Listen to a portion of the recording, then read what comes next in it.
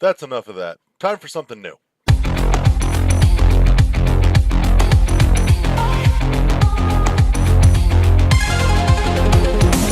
the key firmly in my hands. I'm looking forward, I know where I stand. And it's to say I have nothing to lose.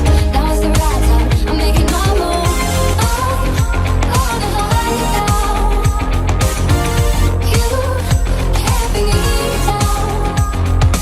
Oh, the high down.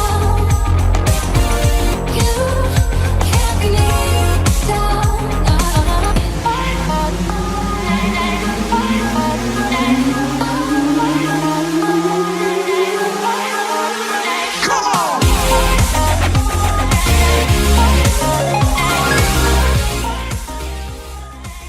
What's going on, everybody? It's another episode of World 1-1 Podcast. I know we've been missing for about a month or so, but we're getting the band back together. I am your host, Larry the Bearded Wonder. With me, as always, is Eddie Blacker Than Night V. Hello, everybody. A bunch of shit's kind of happened since we've last convened, if you will. We'll get into some of that, but I want to touch on first, since I really haven't talked to you in like a fucking month.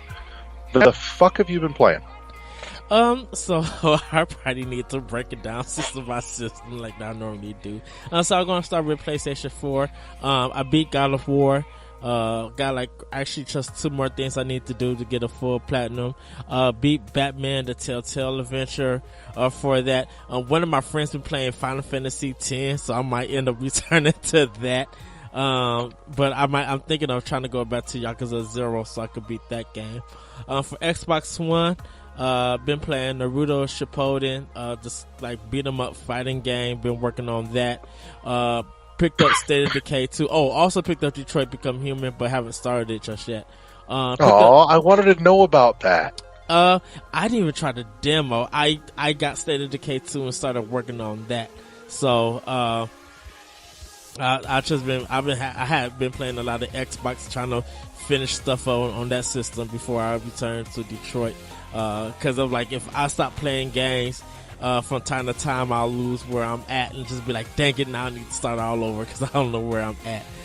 So Detroit Become Human, I'll probably be starting at a later date, and I'll be talking more about that, because like Mario Aces on Tennis, that demo, I think it's live now. I don't know yet. It's supposed to have been live for a while, but I've been reading that there's been problems with it and like nothing fucking works right now. Okay, so then I can't speak to it firsthand because I've honestly not picked it up or screwed around with it myself yet, because I'll be completely honest, I have no fucking interest in it. Like, the Mario sports games just don't do shit for me, with like one exception, which was Mario Strikers. Yeah, I just weird because soccer is normally not my thing. I downloaded, but I just didn't start it because I got some other stuff that I'll talk about on Switch.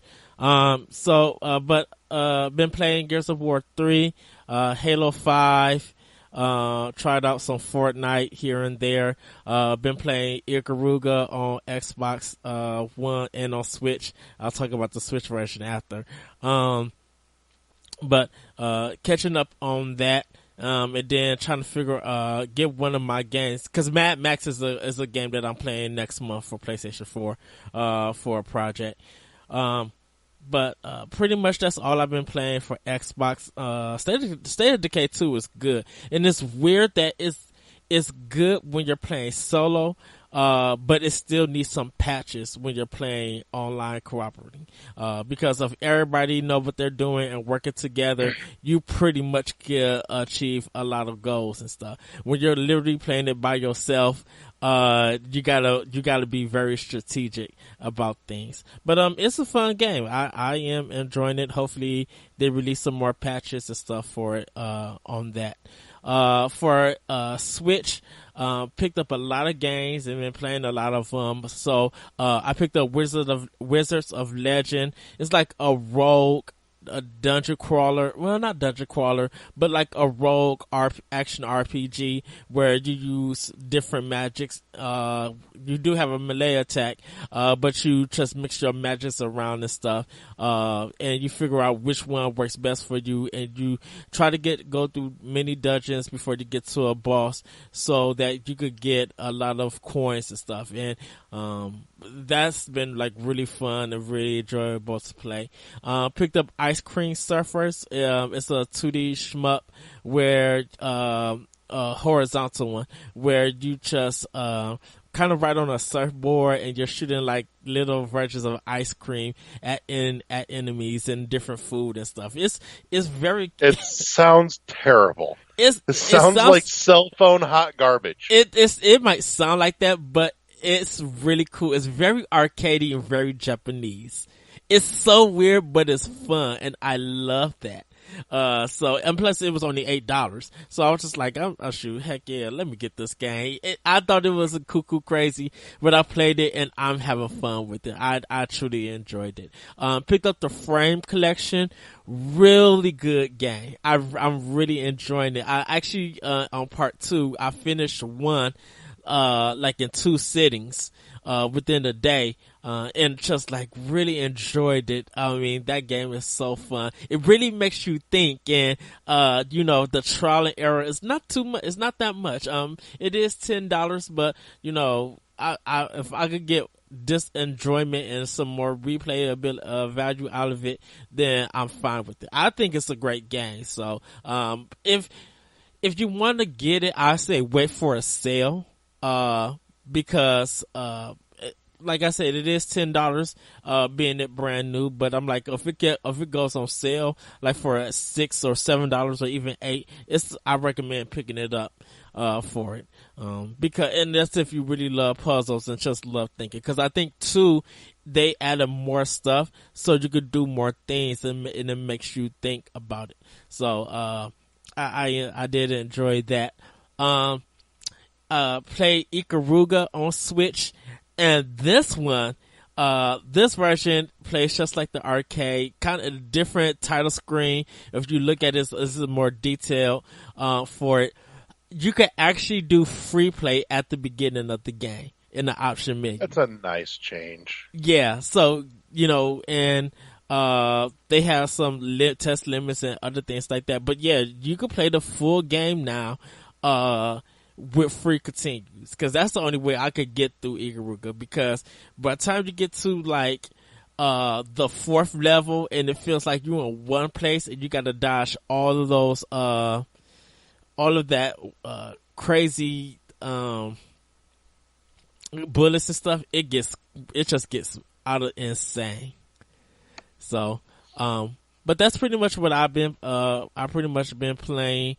I did pick up, I didn't pick up Hyrule Warriors, and I didn't pick up Donkey Kong Tropical Freeze yet, but those games I will be picking up a little bit later on. So, but that's pretty much what I've been playing. I don't know if I'm going to get Tropical Freeze, honestly. Like, I played Return, and it... Oh, I'm sorry to interrupt you. I picked up N++ also. That game is really good call. Always a good call. Dude, the control on the Switch version is tight. It feels really good. Like even when you're floating, it's controllable. And I'm just like, yes, this feels really, really good. So N's always been that way though. Like no matter where it's been, the controls are always spot on for that because it has to be.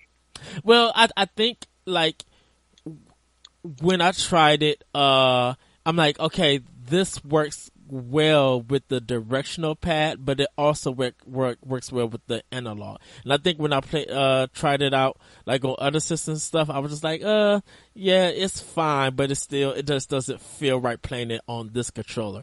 Playing it on the Switch, Joy-Cons just feels just right. And I do want to play with the Pro Controller also and see how that goes. But like literally just playing it on the Switch feels really good. So, what what have I been playing? I'm trying to think of what else happened in the last month other than a pile of suck.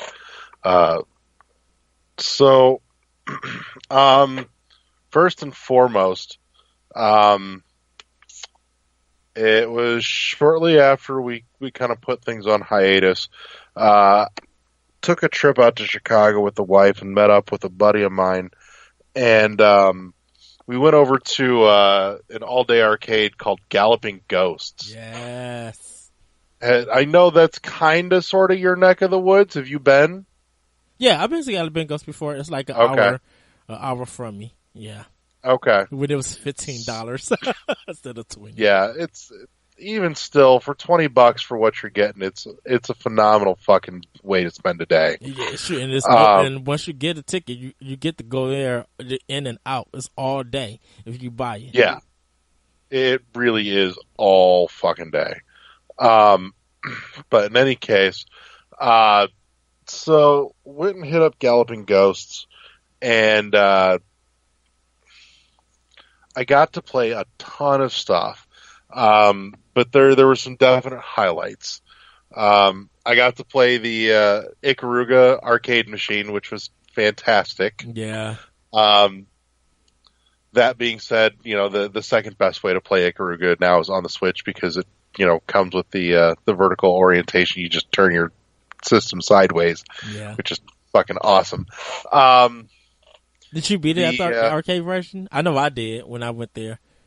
Yeah, it's infinite continues at Galloping Ghosts, so it's not like it wasn't going to happen. But in any case, what else do we do? Was it I want to say it was one of the Darius games, but it's this huge, like, sit-down 4-person bench, and it was, just horizontal shmup, and God, it was just so much fun. Played the living hell out of that. It dawned on me, I'm like, what is it with, like, shmups and bullet hells that all the bosses have to be, like, animals and usually fucking sea creatures? You ever notice that? Like, that's a fucking thing, man. I really don't know. I think it's normally what kind of environment that you're going to be playing in. No, I mean, even when they're in space, it's like fucking sea creatures and animals and shit. Well, they usually have like some kind of thing, something that kind of represents like a water world or something. Normally they have it. I remember playing this one though, and like every boss was like some kind of sea creature. But I think that's the Darius IP. Like, I think that's been one of their staples with their enemies and bosses. But I've noticed that about a bunch of shmups and whatnot lately, and I was just like, why is this a thing? Like, is this a cultural thing that I don't get? I don't think so. I think it's just a design. I don't know. Like, part of me wonders if just the people making it go, man, like, ocean creatures are fucking weird. They could be from space. Let's make them from space. I always thought it was weird that they never showed you the energy line, like boss line for a boss, because you be hitting like certain spots like for like three whole minutes trying to get a piece off to hit the like actual real spot. You'd be like fights be like 7 minutes long. You'd be like, dang. Well, that I understand just for the sake of fluff. Just in terms of design, I never understood the whole sea creature thing, especially when it's all in fucking space. But I don't know. It's a weird thing that occurred to me. But played a ton. I got to play the Mario Kart arcade machine, which was okay. Their machine was a little beaten and bruised, but considering it was just kind of part of a package deal, I wasn't all that upset about it. The one that I was super excited to play, though, because this was a bucket list machine for me. I finally got to play F-Zero AX. Nice. Oh my god, it's so awesome. Who developed that one? Was that Sega or Namco? That's Sega. That's Sega. Okay. That was Sega. And this arcade machine is way more epic than I even hoped for. It's this huge monstrosity of a machine. It's a full cockpit machine, but the seat's on like this rail, and the whole rail like tilts and slides and rocks and shit with the game. So I mean, as you're going in like some of the tunnels and the roundabouts and stuff, and you're taking them turns, everything like will twist and spin to match. It's just it's so good. Is it still hard as the regular F-Zero games? Yeah, like it's fucking supposed to be. How fast did it feel? Fast? Like it feels proper fast. I think honestly, my only real complaint was that the seat felt too close to the screen, and so it was a little hard to kind of visually gather all the information that you needed. That made it more challenging, I think, than it should have been. But, and then not necessarily inherent to the game itself, more just this specific machine. But again, old and in an all-day arcade, is that one of the paddles for the left air brake wasn't working, which made it way harder to fucking control than it should have been. Yikes.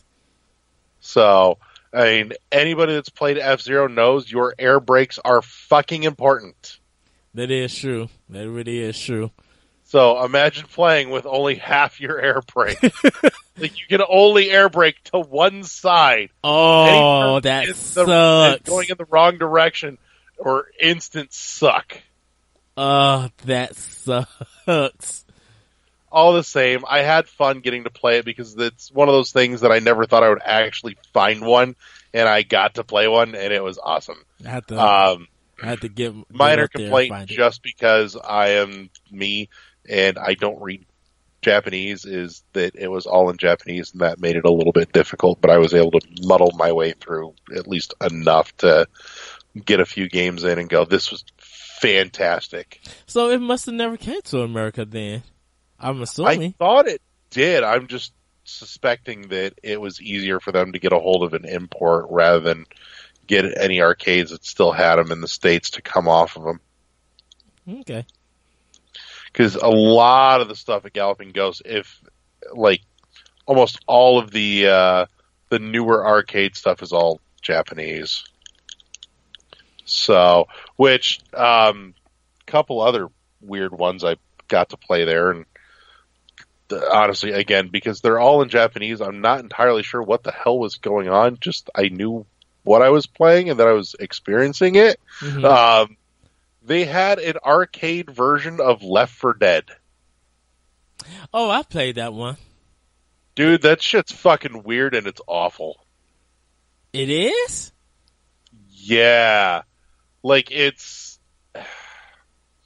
Imagine having a Joy-Con and or not a Joy-Con, a nunchuck from a Wii and a mouse. That's the control setup. And this is not like a port of the console version. This is a specifically made for arcade. It looks janky as shit arcade version. Oh, wow. Like, visually it looks atrocious. Because I think when I played it, not there, but I played it at another place, I don't know if someone modded this one, or it might be a different whole game in total.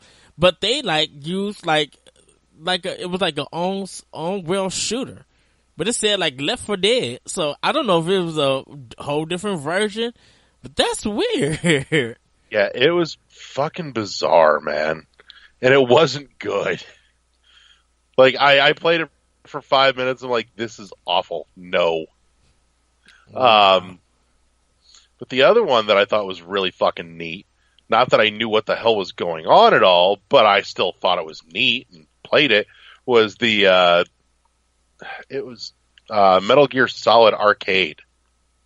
Okay. And it's got like this huge ass rifle that you play it with and everything, and it's cool as shit. I just couldn't understand a lick of what the hell was going on. So, and I can only fathom that it probably doesn't have anything to actually do without the, it doesn't have anything to do with the series as far as I can tell. It just, I don't know, but it said Metal Gear Solid stamped in big ass letters on the side. Hey. So, but it wasn't bad. It was neat from what I could figure out, but, played lots of old arcade stuff. God, what do we play? Did you play the Aliens versus Predator game? That was the Capcom one. Okay. No. Played some Ninja Turtles. Played some Simpsons. Just some of the staples. Oh God, Noose and I played way too much House of the Dead. Oh, look, which ones? Like all of them. Like it really made me crave getting. I really wanted to play some Time Crisis after that. Like I was playing, going, man, I miss Time Crisis. When I used to go there, they did have a Time Crisis, but they might have took it down because I think they was having some problems with the pedal and stuff. I can only imagine they took it down just for space. That place is fucking jammed, dude. Like I'm amazed that the fire marshal has not shut that down. Yeah, that's what I was wondering. You cannot get through them fucking aisleways. It is crammed. Like, it is not a big building, but there's like 600 arcade machines in there. It's nuts. Yeah, that's why I was wondering, like, will they, like, how they going to expand? Like, will they build on upon that? Because I don't think there's any room for them to grow in there. Yeah, well, that's the thing. It's just like you guys need. Are they talking about expanding? Not to my knowledge, they're not. Well, they're probably not going to, because I don't think they have any room to grow in any direction there. Right, but because they would have to. They would personally, they would have to buy like a whole new building. Yeah. So. And who the hell wants to move all those machines? That would just suck. Right. Jesus. Because when they came to the Midwest Classic convention, then they brought some of their games there, and they're just like, yeah, you guys, you brought enough arcade games, but I know y'all coming from Bolingbrook all the way to Madison, Wisconsin. That's a long drive. Yeah. But yeah, it was a ton of fun. All around a good way to spend a day. So if any of you are ever in the Chicago-ish area, go look up Galloping Ghost. Bring yourself like $20 and get ready to just waste a day. At least bring 35, because you're probably gonna go across the street and go to the family restaurant to eat. That too, but yeah. So other stuff. Honestly, not gonna lie, Dead Cells has been filling most of my time up until recently.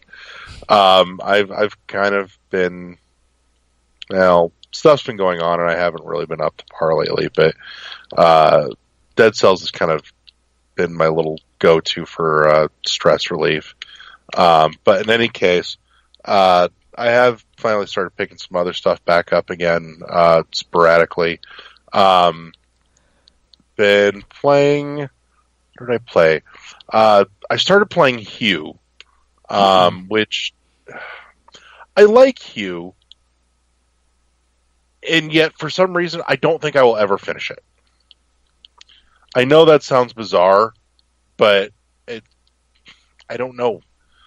I like it. I can't bring myself to pick it up enough to finish it. It's not keeping you hooked here or it keeps you hooked like here and there, but not fully invested to like finish it. I'm assuming something along those lines. Also, the voice of the woman in that game is so. I love her voice. She's got like that perfect British accent, and I adore it. So, it really, it's one of those weird things that just does it for me. But in any case, Uh, started playing some Split Second again. Um, Ooh. I love Split Second, dude. Like that's like one of top 3 racing games for me. That's up there with like F-Zero and Ridge Racer for me. So, Split Second is just good, dumb fun. It's a lot like if Michael Bay made a Ridge Racer game. Ooh, yeah. Pretty So, much. And that game got forgotten like quick. That and Blur when they came out. Like Blur was supposed to be the Mario Kart killer, and that went nowhere. Split Second kind of became like a budget title, but didn't nobody just talk about it? dude, it deserves so much better. And honestly, I can think of like one thing that's missing from Split Second that would make it 100% more awesome. And it needs an announcer like during the races. Uh-huh. Would make it so much better because here's a game that basically pitches itself as it's formatted like you're racing in a TV show kind of thing, and I would totally kill for an announcer running play-by-plays while awesome shit is happening and stuff's blowing up and being amazing. Yeah, it would totally work for that game. Like it's entirely stupid, but I have it in my head. I want the announcers from Mad World. Oh yeah. Oh my goodness, that would be insane. Oh god, but it would work. One of them's what's his face that played Bender on Futurama. I mean, it's insane because it would work. It would fit. That's the thing. It's so batshit crazy that it would be a perfect fit. There's no way it wouldn't. But in any case, so I'm about halfway through Split Second. I also picked up and I've started running which is sad, but a proper second run through of Samus Returns. Uh-huh. And after playing so much Dead Cells, it was a little weird to go back to an actual Metroid game. It's a little bizarre. Like, not bad, just strange. I can see that. Like, I've spent like 2 months getting so ingrained in Dead Cells that I think the other thing might just be, too, the fact that MSR is kind of it's a little bit of an oddball as Metroid games go in terms of the control scheme. Like, none of the buttons feel quite right. Like, I keep wanting to change or rearrange the control layout, and I can't do it. I mean, I've adapted, I'm coping, but it's just weird. So, I picked up finally Owlboy because my hard copy was in stores, and screw you, Best Buy, because you apparently don't fucking call people that pre-ordered shit. The only reason I knew it was in was because I knew what day it was coming out. It's like, seriously, how hard is it to pick up the goddamn phone? For real. Right, they literally supposed to call you at least before, or call you on the day before the store opened and be like, hey, your copy is here available for pickup. Just come to the service desk or something like that. It's like, seriously, just a courtesy call. Like, at this point, you could even, I know some places are even switching over to like automated phone systems for that shit, just to save themselves the time and the manpower. But I know for toys, we used to do email. Yeah, I mean, something, anything. I mean, it's kind of weird, but we literally had to scan in your game, and you get the email saying that your game is here and it's on hold for 7 whole days, and we would have to hold the game for 7 whole days. Your $1 guarantee you a copy. You just have to come in and pay the rest with your receipt. Yeah. So, but I picked it up. I started playing a little bit of it. One, it's pretty. Uh-huh. It's very pretty. It's very bright. It's a lot of kind of pastel, painterly. Think Braid without the darker tone to it. Okay. But visually, it's a treat. Content wise, man, it opens fucking weird. Like, sorry, not sorry, but opening scene spoiler. The opening scene is a fucking, it's a dream sequence. But I'm really glad it was a dream sequence because seriously, everybody in that opening sequence was a super dick to this poor little owl boy, Otis. Just literally the most depressing, abusive shit you've ever seen. Like, it was hard to watch. I'm like, this is fucking awful. Just about the stuff that they said, or were there scenes? No, just like all the shit that they said to him. Just horribly, horribly emotionally abusive to this poor little mute child. So being kind of like discriminatory in a sense. Discriminatory. No, I wouldn't say discriminatory. I mean, but because it sounds like because of he's muted, or he's mute, you know, and he really can't. I'm assuming he can't talk. Muted as a sense that, you know, there's no dialogue for him. Yeah, I mean, he has no dialogue, but you'll pick up companion characters, or at least one specifically. I'm not super far into it, but I've picked up a companion character because Otis by himself really can't do much. Like, he can fly, and he can, like, spin to kind of break some stuff. Other than that, combat is handled by means of his partner character that he's, like, literally dragging around with him. Yeah. So that's the other thing too. But this is a platformer game, right? Yeah. Because it's not a Metroidvania game. It's supposed to have some light Metroidvania stuff to it, but again, like, light. But the other thing though is that just physically it feels sluggish. Like, I really wish that the characters moved about 50% faster. Okay. Because it feels so, like, you know how Kirby is fucking sluggish as a character? Yes. Think like that. But in the case of Owlboy, it really does not feel right. Like, just aesthetically looking at it, it feels like it should be faster than it is. And that bugs me. I'm playing it. But I'm going to keep trekking along because I've been looking forward to it long enough that I really want to see it through. And I'm sure that after enough time, there'll be adequate acclimation for the controls. So,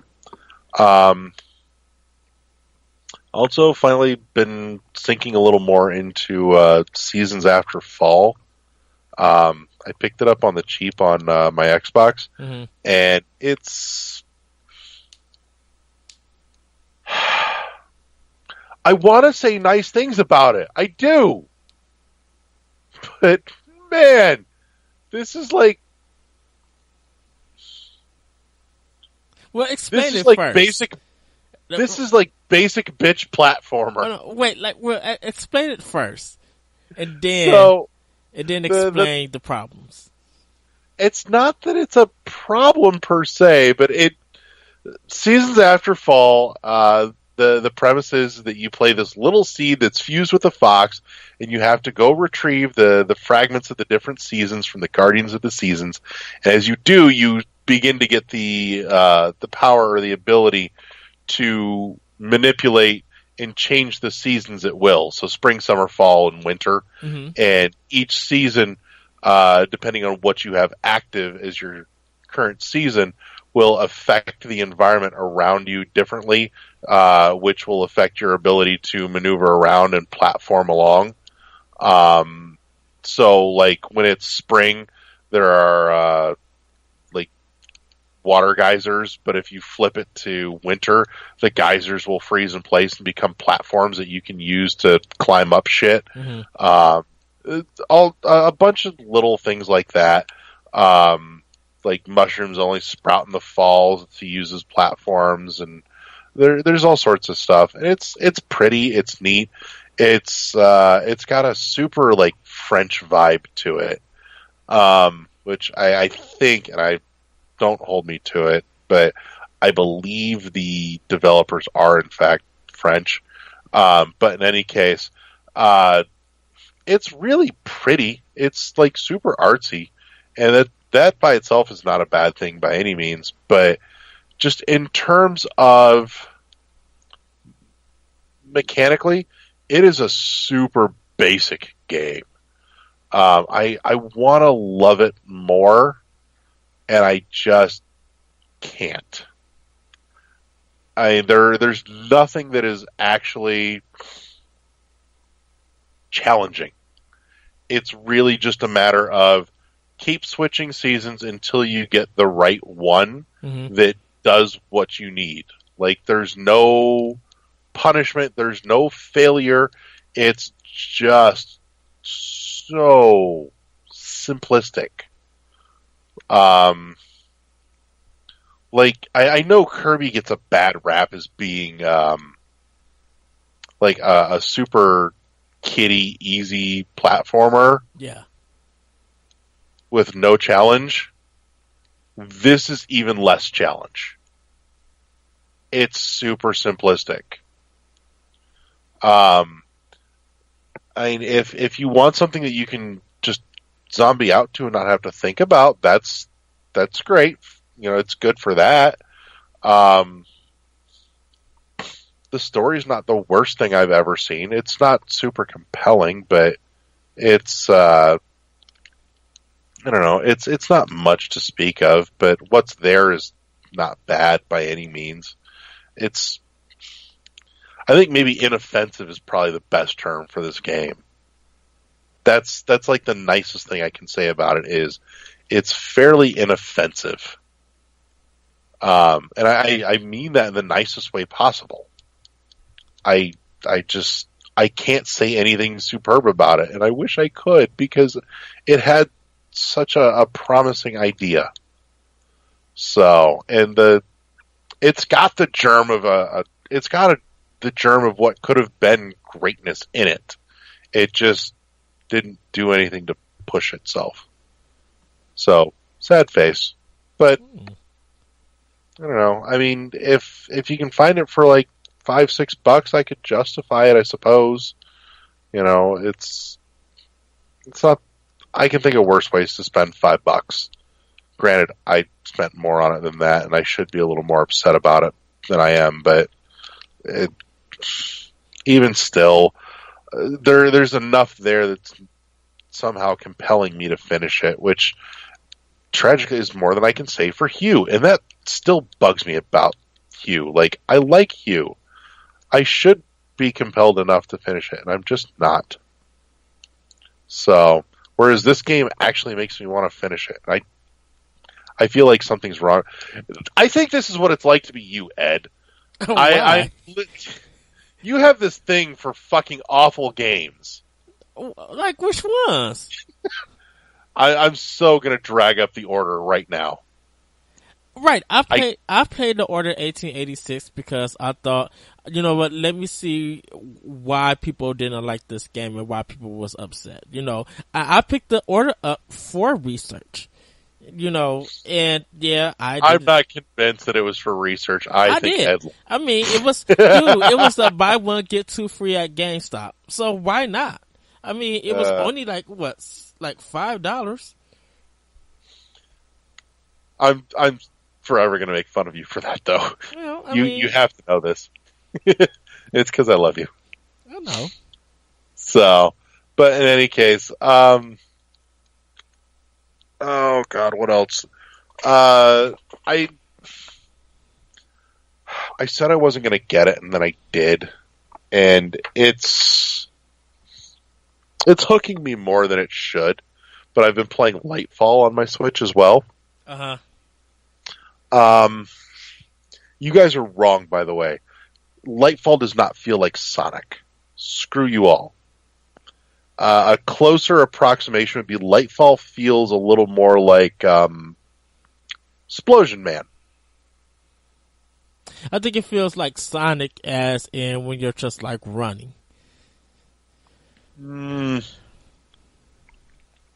I don't know. I don't get that vibe from it.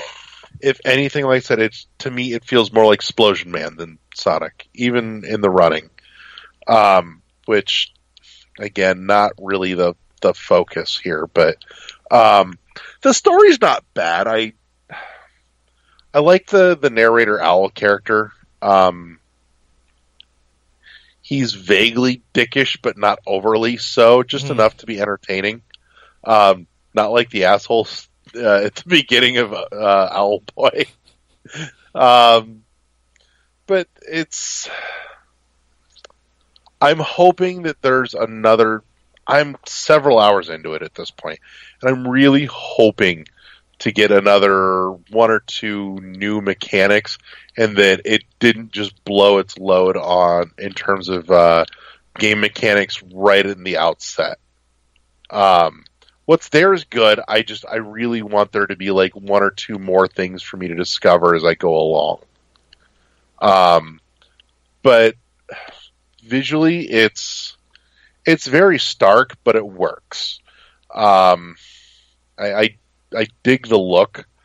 I'm not gonna lie, I've been playing it in like handheld mode on my Switch, and I really should be playing it on the TV, but I'm just more comfortable at this point playing it in handheld mode. But the bitch of it is everything is so fucking tiny. Yeah. Like, seriously, what in the hell? Like, you knew that this was going to be played by a bunch of people on a small ass screen. Why did you make everything so small? I think because they want everybody to use the boxes for platforming to make that part stand out more. You could still do that without everything being so bloody itty bitty. Jesus Christ. So, N Plus would be a perfect example, honestly, of how to do that right.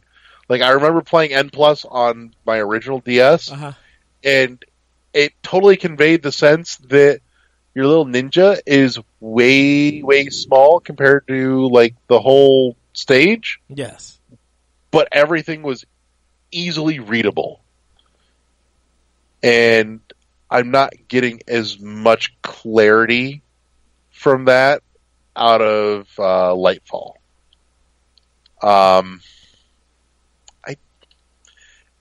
I honestly, I don't know how to fix it. Like, I know what I don't like about it, but I'm not sure how to fix it to where it would keep that same fidelity. Probably without losing something in the aesthetic. Like, I feel almost like it would have to be zoomed in, but if you did that, then you would have problems navigating. Yeah. Because you'd just be running into shit constantly that you couldn't see. And I think that's probably one of the things that I'm sure that was a consideration. Yeah. I think for me, when it comes to Lightfall, it's a great game. I'm definitely enjoying it. I think it's when he's just running, it feels good. And I think when the flow stops, it's it does it like when the flow stops, it it kind of ruins the fun for me in a sense. Cause I'm just like this movement of running. It feels so good, and I just want to continue throughout of it with some challenge in my jumps and stuff, but not to the point where when I have to stop that whole flow and then start trying to do this kind of motion thing. Taking my breaks and stuff with the platform and then throwing a brick and stuff like that. Yeah.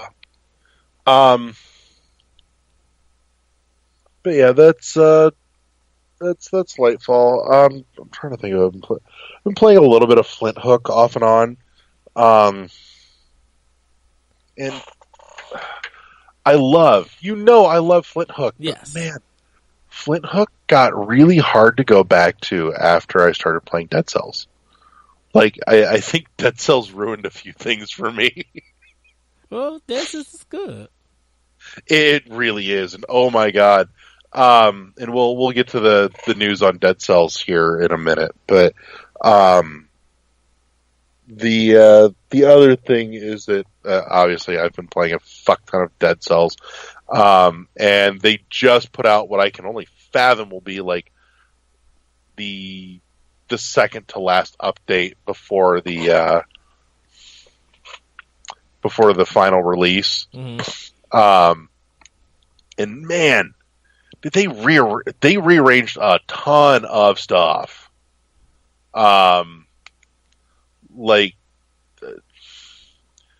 There's a new thing in here, which is the Mini Forge, which I really like.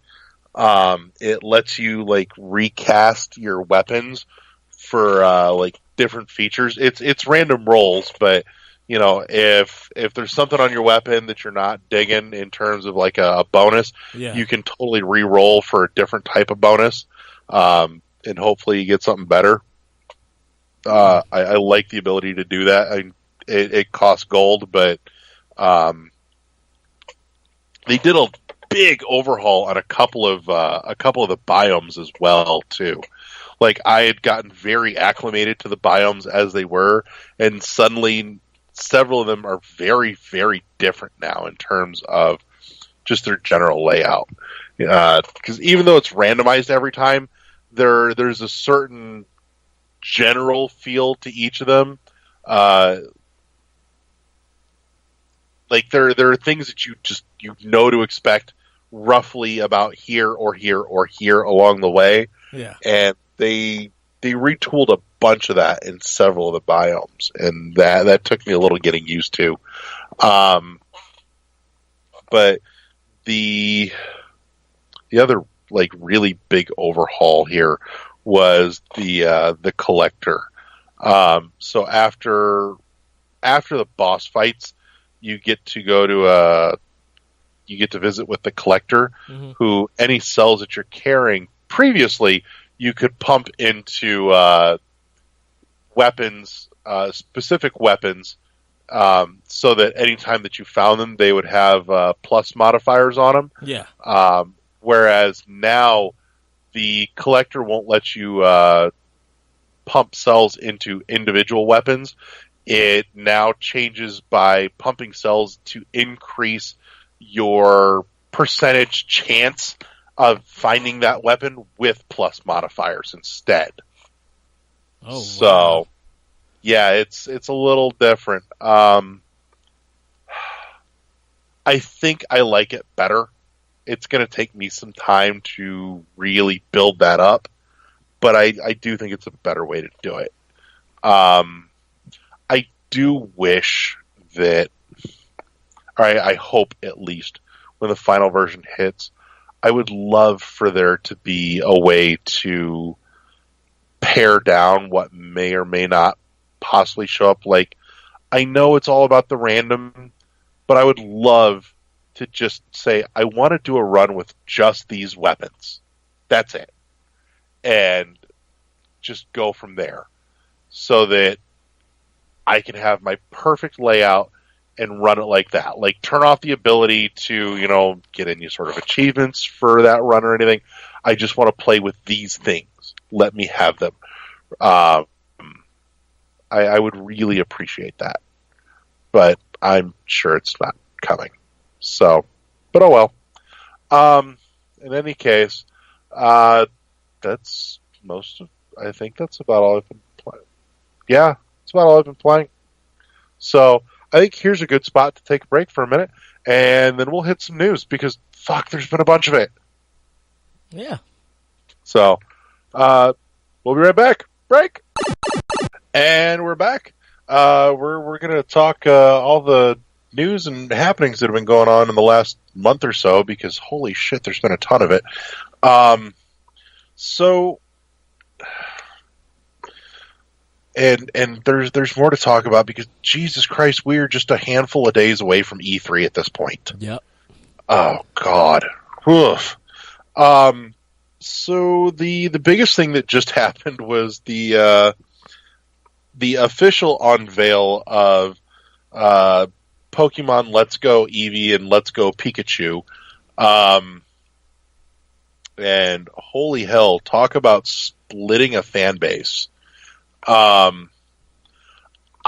looked at it and went, I could get behind this, as long as it's not too reliant on playing like the mobile Pokemon Go, because honestly, I played some of it and for a little while, and I didn't care that much. Well, it feels like it was okay, but it feels like for this one in gameplay, it is supposed to feel similar to the Pokemon Go series, with the foundation of it being the story or the retelling of Pikachu of the Yellow game. So, and I am perfectly okay with that. So it just doesn't have as long as that's what it is. Mm-hmm. I'm on board. Yeah, I mean, it's keeping to the original 151 Pokemon, so don't expect anything from Gold and Silver and all the other games. This is just pretty much Yellow, with some added and different gameplay mechanics. That's all. There's no gyms or anything like that. So, you collect them, you fight trainers that you meet when you can, but you pretty much just collect a lot of Pokemon, like Pokemon Go. And, yeah. So. That is seriously all I need out of it. I didn't do Pokemon beyond Red and Blue, honestly, and looking at the series now, it's I'm not gonna lie, it's too daunting for me to try and get back into. I just, God, it got so involved is probably the right word. Well, a lot of people thought that Let's Go Pikachu and Let's Go Eevee was the newest traditional core Pokemon, and then I was just like, it's not. Nintendo and the Pokemon Company, if they're going to do a new Pokemon game, they're going to put it in a new city, in a new story with new enemies. They're not going to go back and just do a retelling, because Alpha and Omega, those games, they're kind of like, they're retellings or / remakes. But, Ultra Sun and Moon is a sequel. Black and White 2, those are sequels and stuff. But that new version of Pokemon was a whole brand new game. So they wouldn't go back and put, and make the Go games as the traditional core Pokemon. Even if you look at, E3, they were saying they was working on a Pokemon for Switch.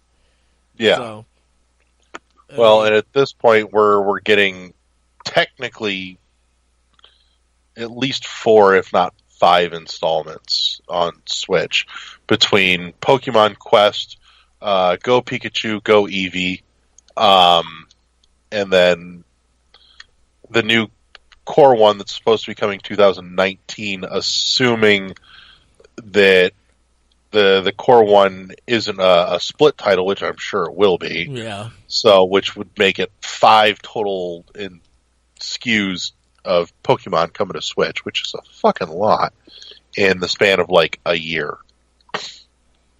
Yeah, I mean the Pokemon Quest is already out. I haven't tried it yet, but people seem to be enjoying it, having fun with it. And this is kind of the first game I would say that is going to be on Switch and on mobile, and so they both could interact. I think probably at a later date because the Let's Go Pikachu and Let's Go Eevee, they will also be able to interact with Pokemon Go. So Yeah. that'll be another mobile title. And we haven't seen yet if Switch is going to be compatible with 3DS just yet. So we might actually see not only those two, the next core Pokemon game come to Switch, but it might also come to 3DS. I wouldn't bank on it.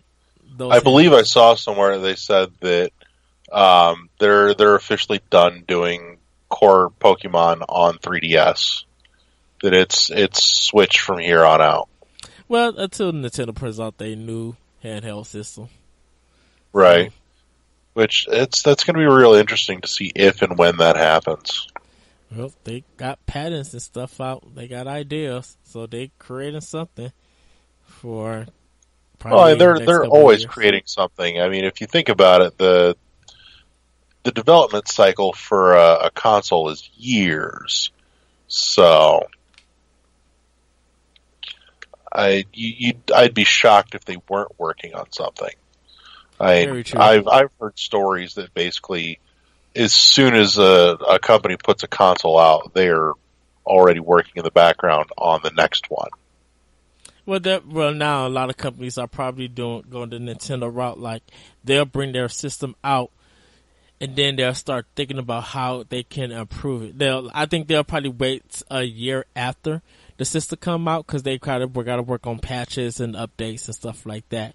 And then they'll probably be thinking of the same system but more powerful, newer version of it. Because I mean, if you really look at it, Nintendo has been the only ones that have kind of updated their systems, but pretty much the handheld, not so much as the consoles, but their handhelds. They've pretty much been updating them, and until 360. They had chip problems, so they had to do revise it. PS2, they was doing it with starting off with the slim model, and then they carried the slim model into the PS3 and PS4 era.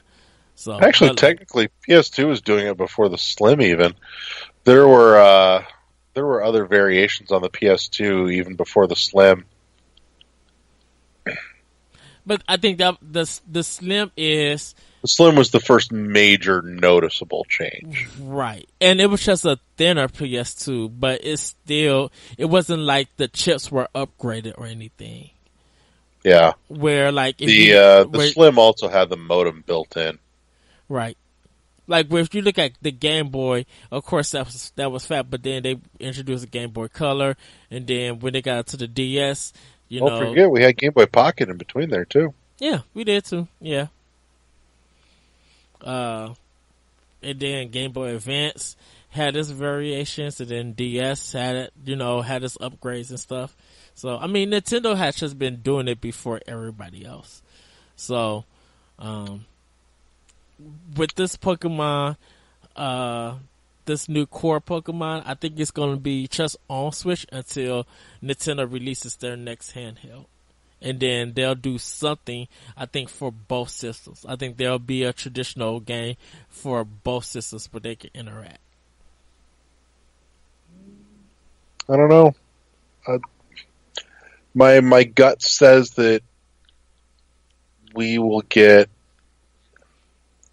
at least 2 new core entry, and I mean like not just a red and blue 2, but like two different generation core entries of Pokemon on Switch before it moves to another platform again. Yeah, that I agree. So, God, what else? I said I would bring it up and give the rest of the details. Dead Cells finally has an almost date. They've got it nailed down to a month for the final release. It's coming in August, and the PS4 and the Switch are getting physical versions.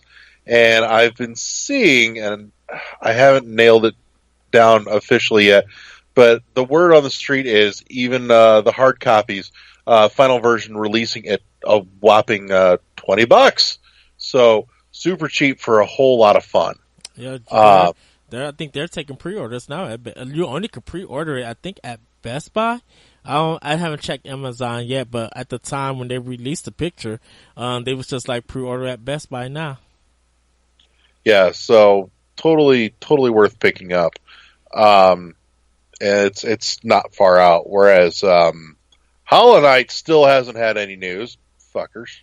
But they said they're getting close to announcing something, so maybe at E3 we'll see something. I think we're announcing that we're close to having an announcement. Yay! I mean, because I think this announcement that they're close to saying is the game is finished and there's going to probably be physical copies, and then give the release date.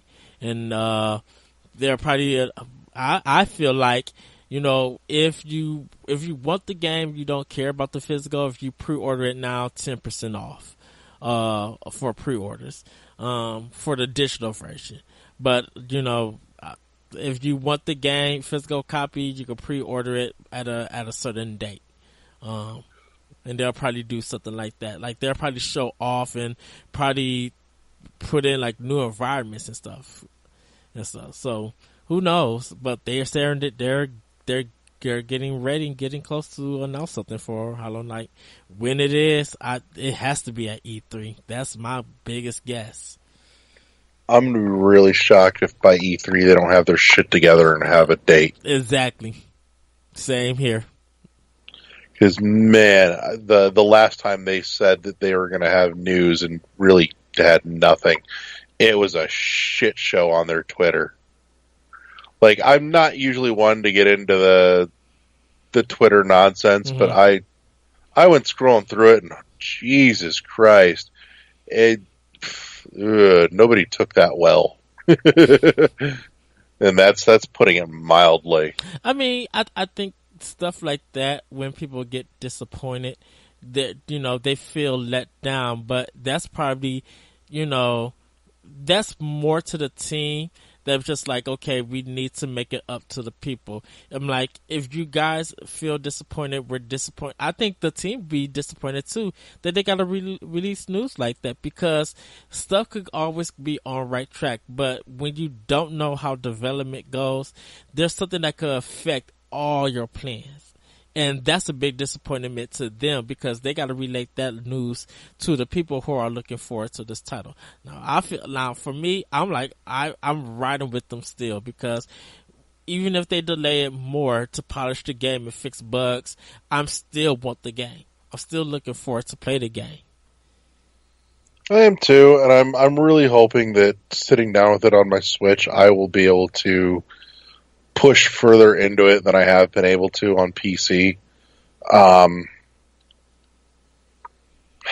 Like I've talked about it before. I've struggled to love Hollow Knight the way that I want to.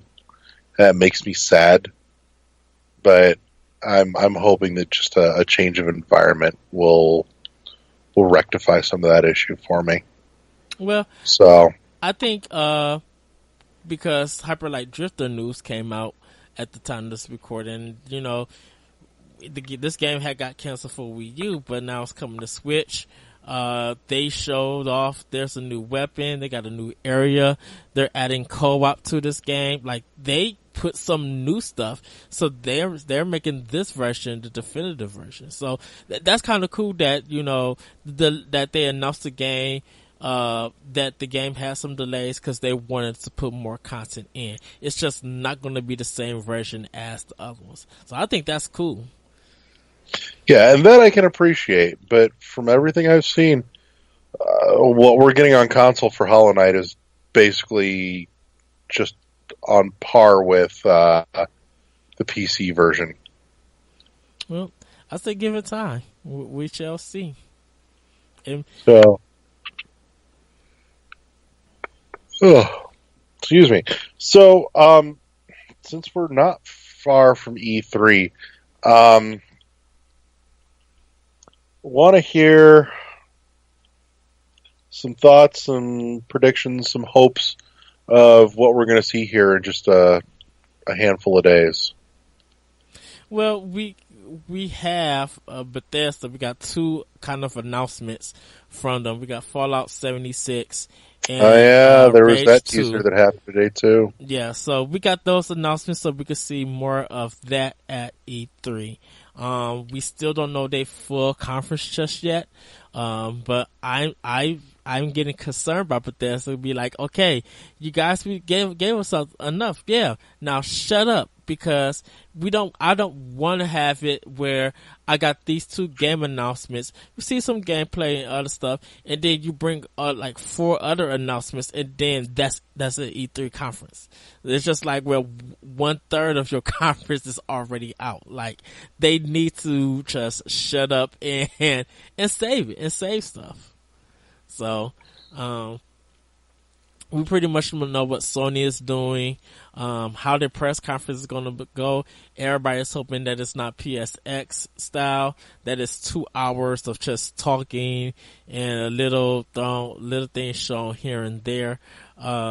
So they're experimenting with something new. So they're showing Ghost of Tsushima, The Last of Us 2, Spider-Man, and the Kojima's game, Death Stranding. Death Stranding. So they're focusing, and I think Days Gone, they're focusing on. I know they're doing 4 titles. So I think Days Gone they'll probably throw in also the show, because that's been on a promotional thing for Game Informer, I think, for their cover story. So we might see more of that at E3. Nintendo, of course, we got Smash. Now we got Let's Go Pikachu. Other than that, we'll probably see some games that's coming out, like Wolfenstein 2. Project Octopath Traveler. We'll probably see more content that they're going to announce for that. They're going to have some surprises for 2019, but their main focus is on stuff for 2018. So we'll find out what we're getting this fall. So, like, I think we'll see Yoshi, and we'll probably see another Bethesda game. Probably something for Capcom. We might get Resident Evil 7 Cloud actually here, which people who just like do not buy the internet Japanese version, of course don't buy it. They meant for that game to run in Japan only. And because people who are doing the import, like playing the 15 free minute one, their connection is dropping because the signal's not strong enough. Where it's only for people in Japan. Yeah. It's not people. Yeah. The server from America and for Europe is too far for Asia. So they're not, it's not going to work on it. Well, and on top of that too,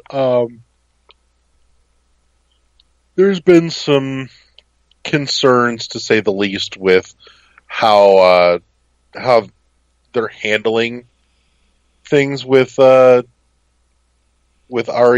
Cloud, like the fact that your save is not guaranteed. Yeah, like that can't be that difficult. Seriously, that shouldn't even be a thing. Well, I think how on God's green earth are you?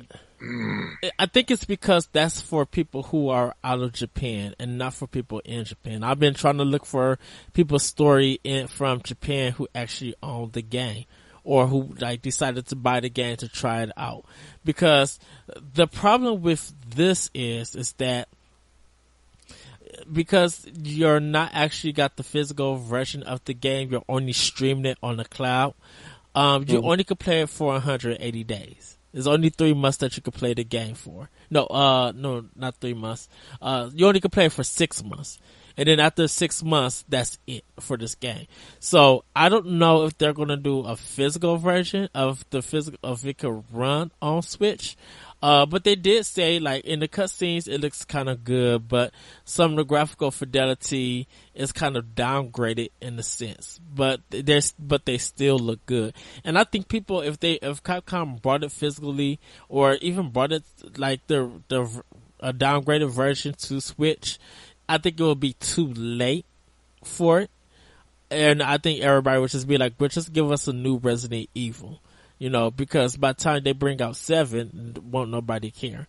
And we'll see how the Nintendo Online cloud service will play later on. So, my thing would be bring Phantasy Star Online to cloud, because at least I know that if they bring it here, people at least will play it, and they don't have to worry about a time limit. They can still stream the game, that's fine, but you're just bringing the game here.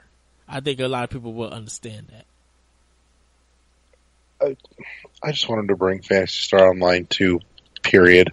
That's so long overdue. I think they should when their online service comes up. When their online service go through, I think they should. But we shall see. We literally shall see. I know we got Mega Man 11 coming in October. That's been dated.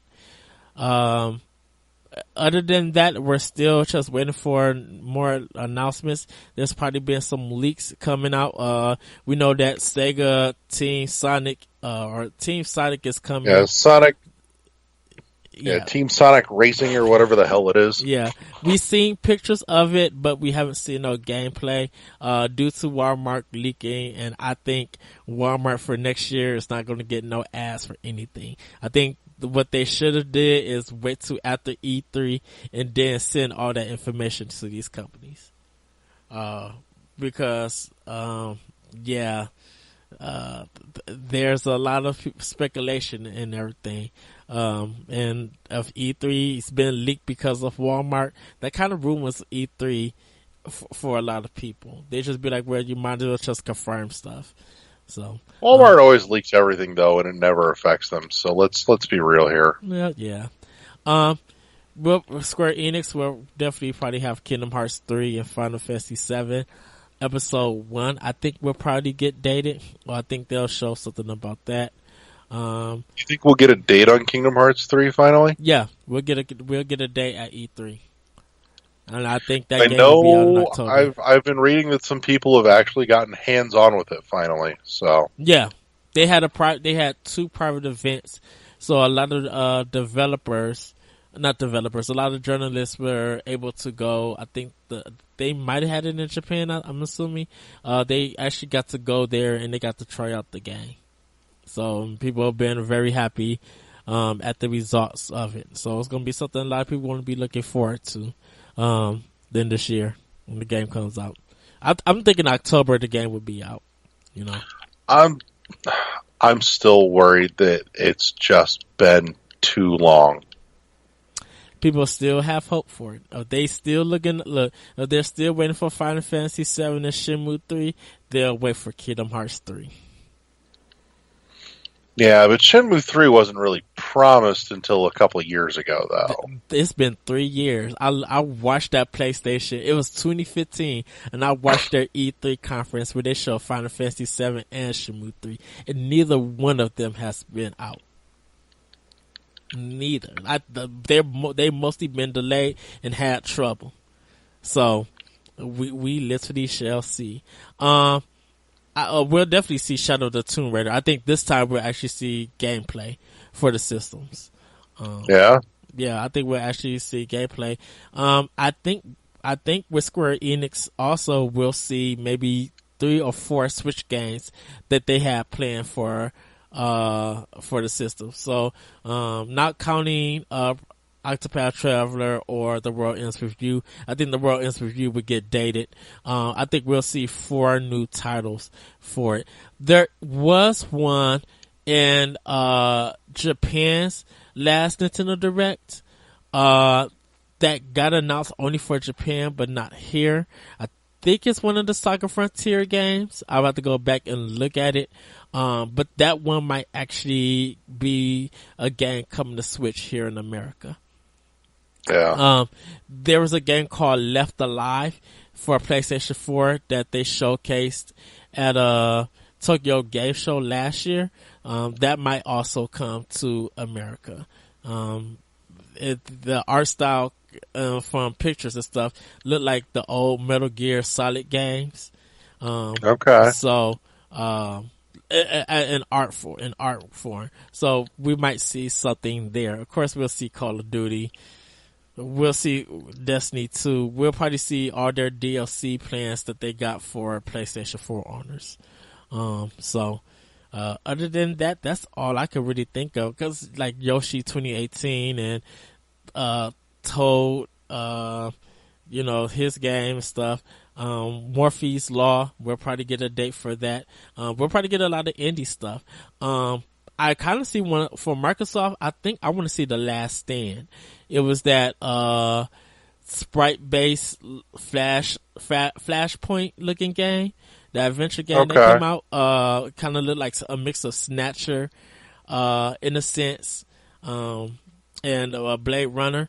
That was one of the highlights from Microsoft conference last year, but we'll probably see some more of that and get a date. Like they're at ID Xbox games, their indie games and stuff, we might see more of and get dated. We'll probably see Forza Horizon 4. We'll probably see the Coalition's new game that's not Gears.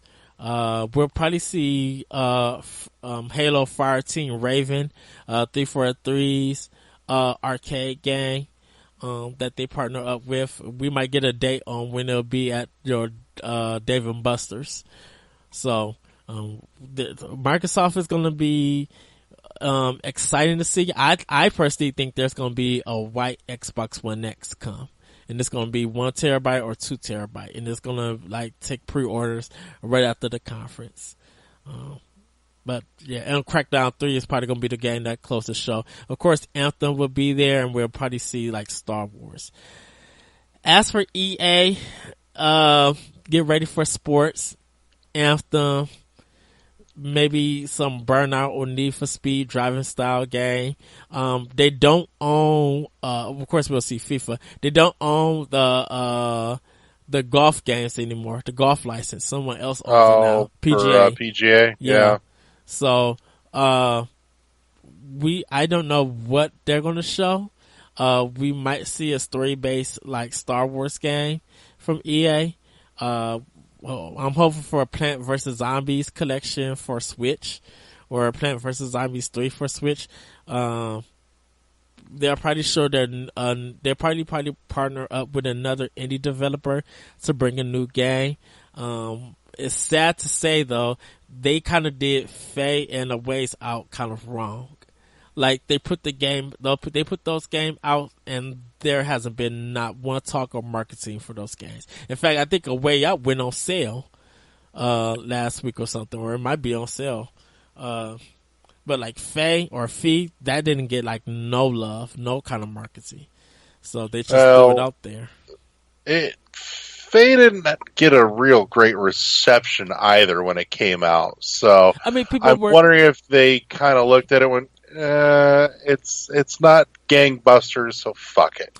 I think people were interested, and the interest got lost when no one talked about it, when there wasn't no coverage.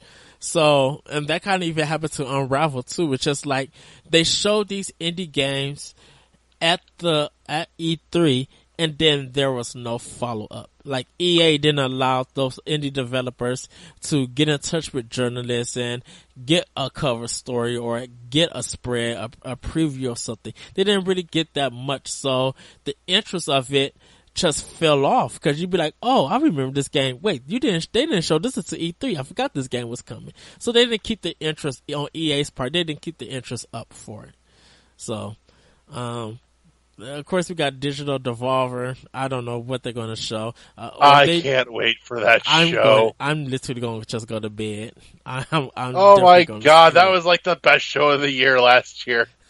That thing was annoying. Just, I understand what they were doing. They were appearing in it, but I just didn't find no interest. I literally cut it off and just went to bed. So, Oh god, I died laughing as soon as I realized what was going on. I'm like, this is amazing. but that's pretty much it. EA is I think Saturday morning at 9 a.m. So they're going to be doing coverage, I think, throughout the whole day. Microsoft and Bethesda is Sunday. Microsoft is at 1, Bethesda is at 6 or 6:30. Ubisoft. I forgot about Ubisoft. I think we'll see Rabbids DLC, with Donkey Kong. Like, we'll get an official date for that. Starlink, the game that they showed last year, we'll probably get a date. Yeah, I know. I want some fucking news on that. That's Yeah. been super quiet lately. Yeah, and we'll probably see some of the Toys for Life. They might have something exclusive for Nintendo, because of course everybody's hoping for like Star Fox related. But I would like to see Star Fox and Seven Ship to be in the game. I think that would literally be cool to play in the Nintendo Switch version. We'll probably see the Division 2. I think we'll see another Tom Clancy game. It might be a new one. I don't think we'll see a Splinter Cell one just yet. I would really like to see Sam Fisher make a comeback. Yeah. It's Splinter Cell. We'll probably see more info on Skull and Bones. There might be a hint at Assassin's Creed. Beyond Good and Evil 2 might actually get some gameplay in there.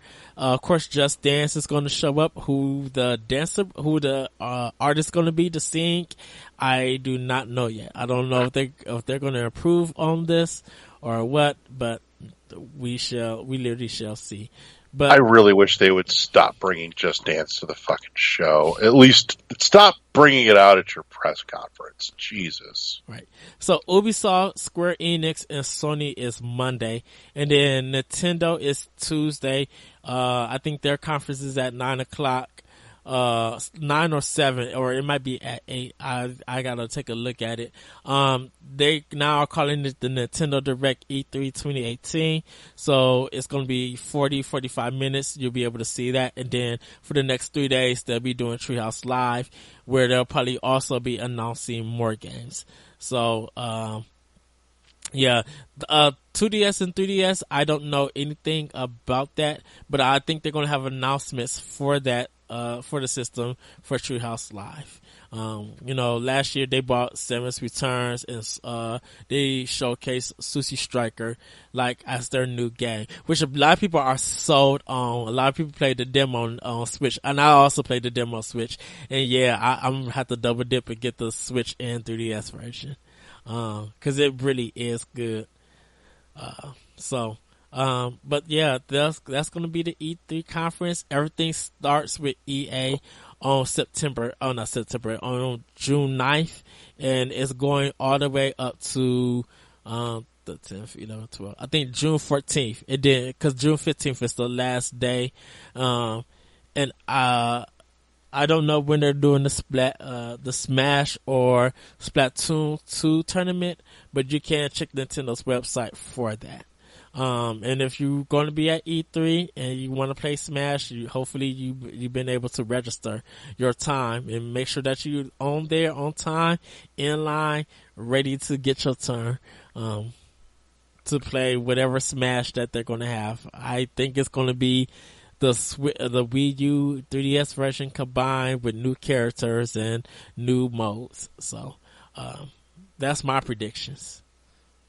Right on. I'm a little surprised you didn't mention Retro showing Star Fox Grand Prix.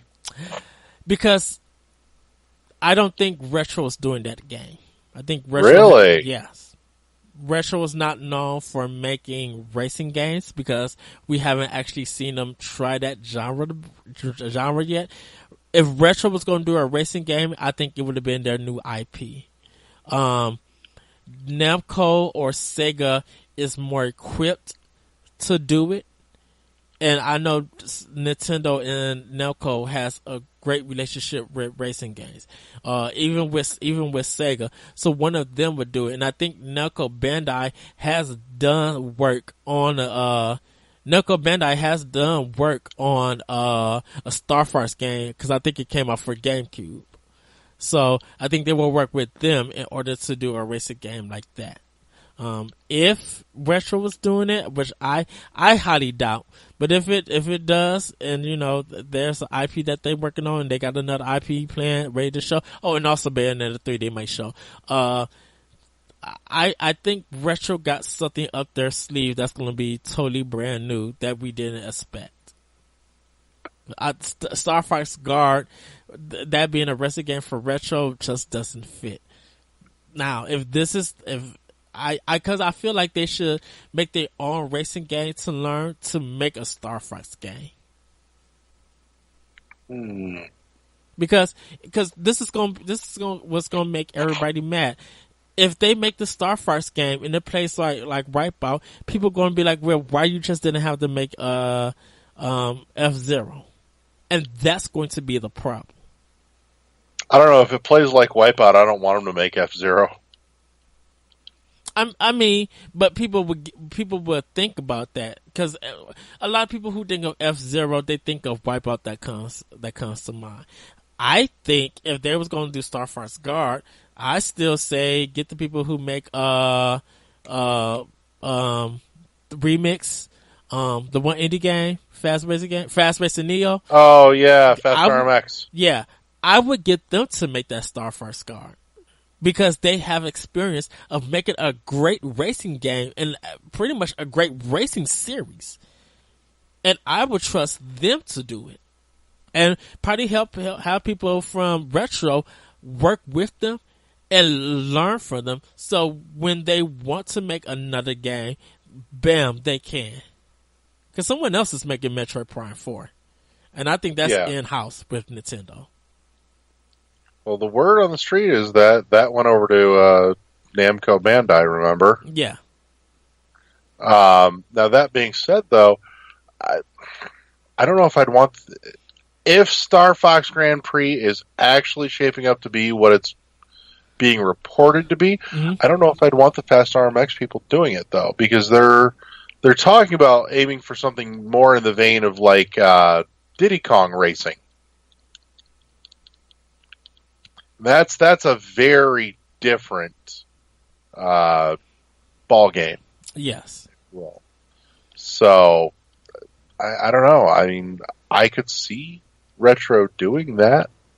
I think they could do it well. I think if they would have let us control Samus' ship and had a mode where we could control it, then I could see them doing something like that.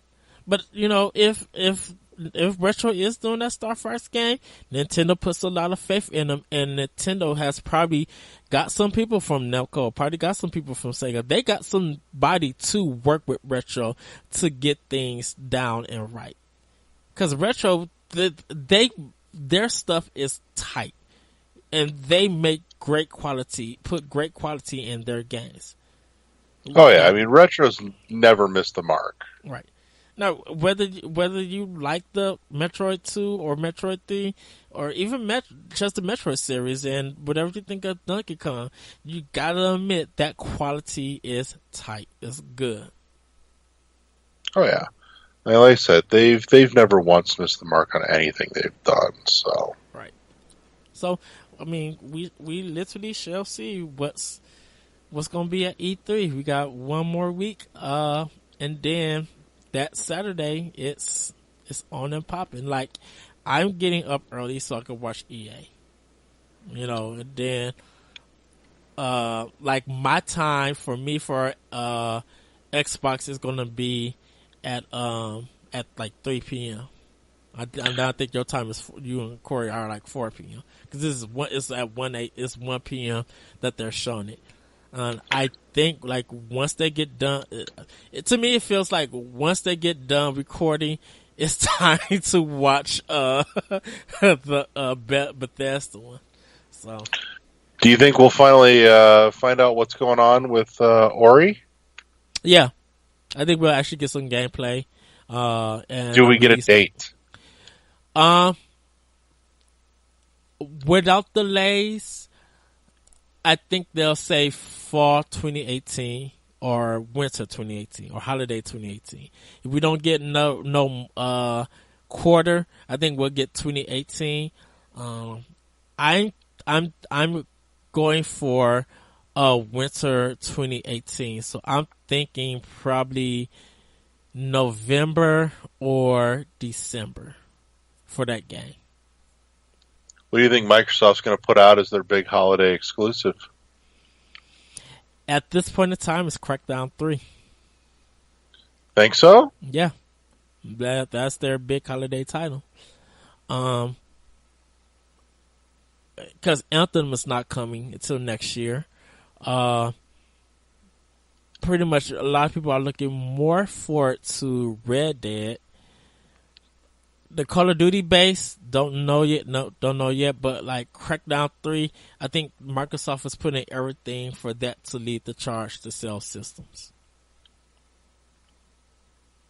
I think with that delay, they put extra work, and I have a feeling that it's going to look not graphically different, but they worked on a whole bunch of stuff. Like they kind of not rebooted from the beginning, but they saw a section and just decided to make some design changes and added a lot of work.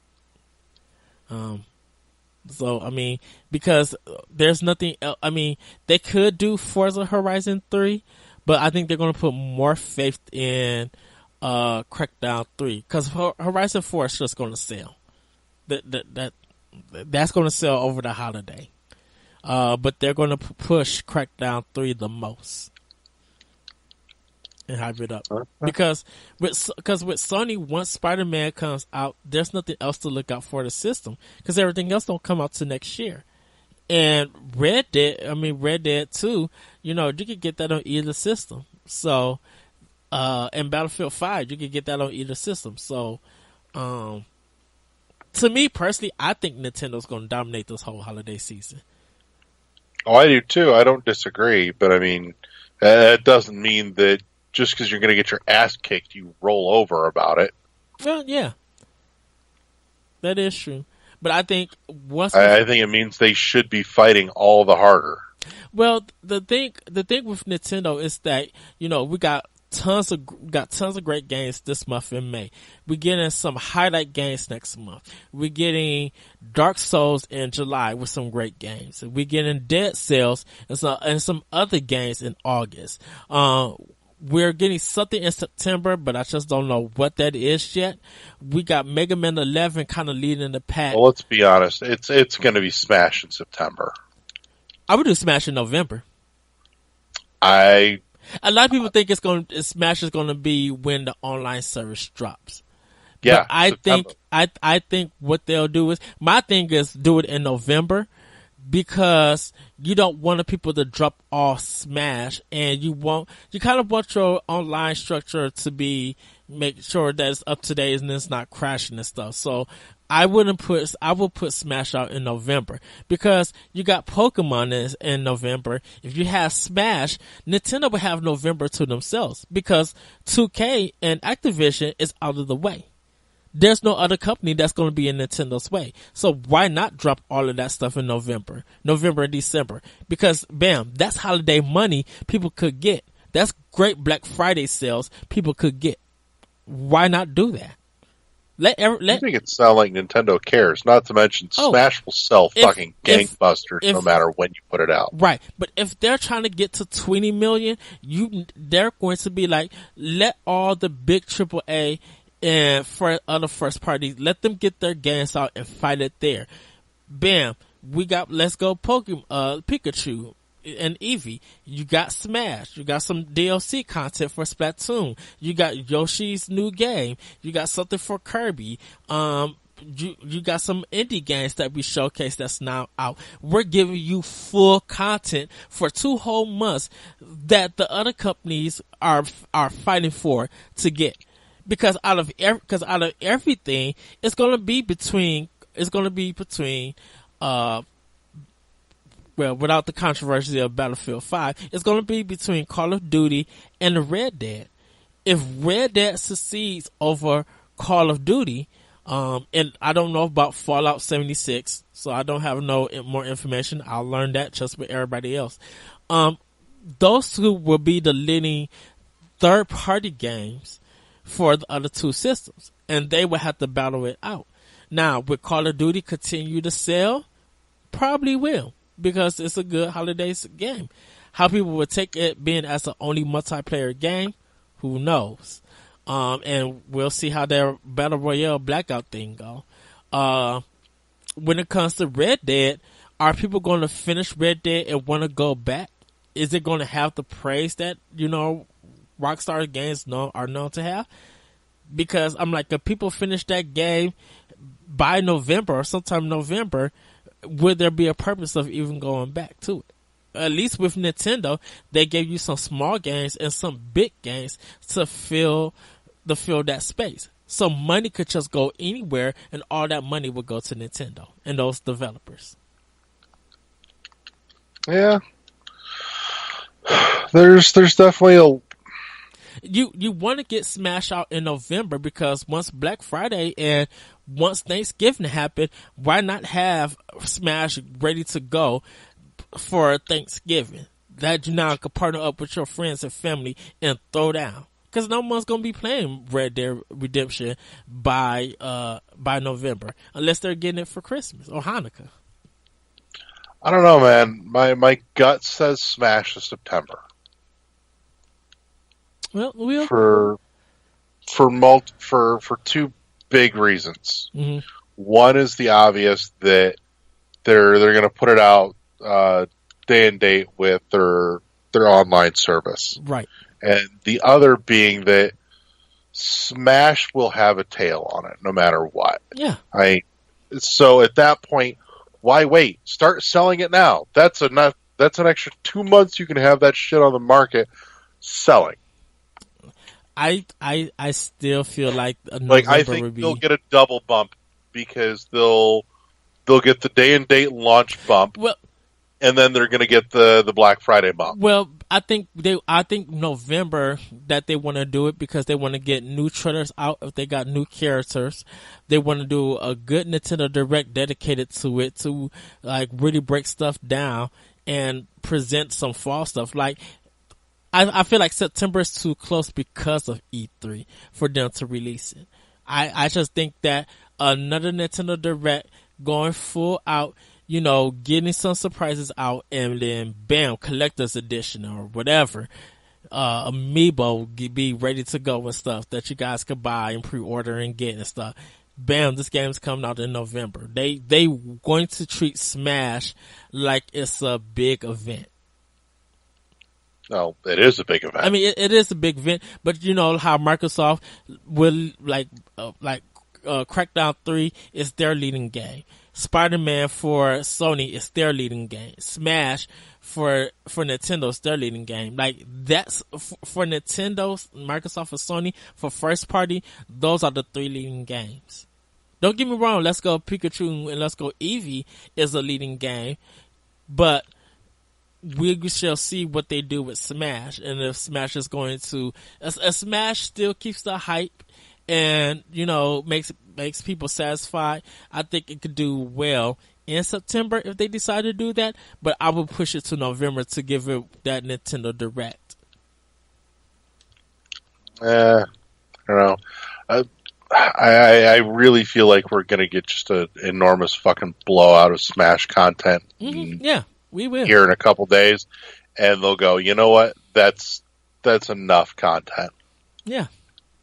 I don't think it needs another direct after, if it gets as much coverage as I think it's about to.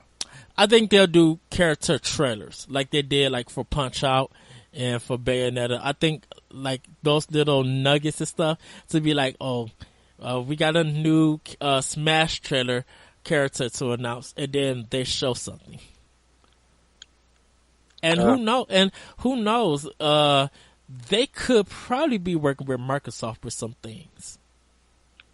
I wouldn't bank on it. I think Nintendo and Microsoft got a good relationship, and I think there's some good things that might not be at E3, but it would be smart for Microsoft to work with Nintendo and vice versa.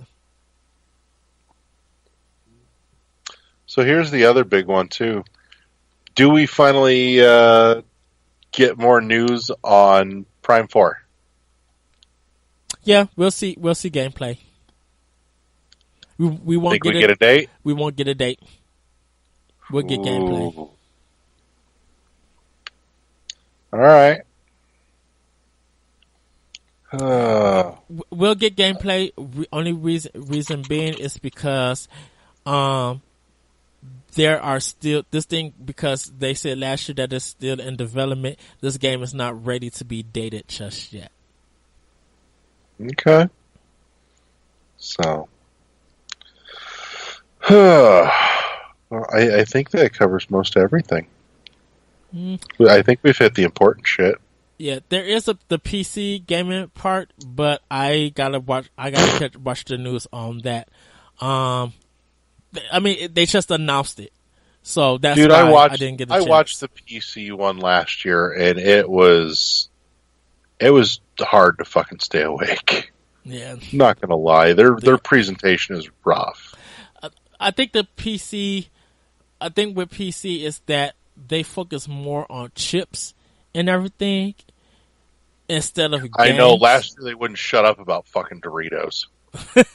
But I think right now, I think I think they could do everything in an hour, and for the first half, I think an hour is too damn long for that show. But I think in the first half, I think they could do the chips. Pick 4 companies that could do their chips and stuff, or hard drives or whatever the PC thing is, and then for the next 6 people or whoever, the next half hour, let it be games, and then that's pretty much it.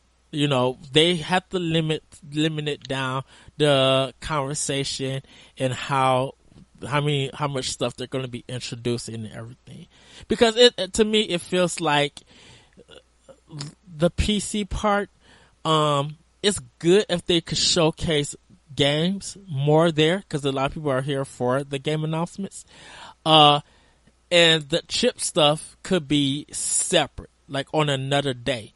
And if you want to watch it, just be like, okay, this is all for the hardware for your PC. If you're interested, all our games will be after this or this following day. Like, separate them. If they're going to put them together, they got to cut down on it. Yeah, I mean, if you're really going to do any hardware talk on a PC show, you're at the wrong fucking show. Yeah. You should be at, like, CES. Plain and simple. Yeah. Now that I definitely agree with CES being at CES, but I love the fact that the PC is here. They want to be around with E3 and be included. I think what they just got to do is cut down on the time. They need to learn their show and their audience. Yeah. So, I want them. I want it to be a better show this year, because last year's show, like I said, just fucking painfully boring. Like, there was some interesting stuff in there, but man, the presentation fucking sucked. Yeah, it hurt to watch. And so I'm down for giving it a try. I think what I need to do is just definitely stay off of Twitter. And I just need to watch it and take notes, because I want to be fair to the PC community. They are important to video games too. So I would do everything in my power. I'll probably have like 2, not Red Bulls, but Rockstar drinks and chugging them along. Yep.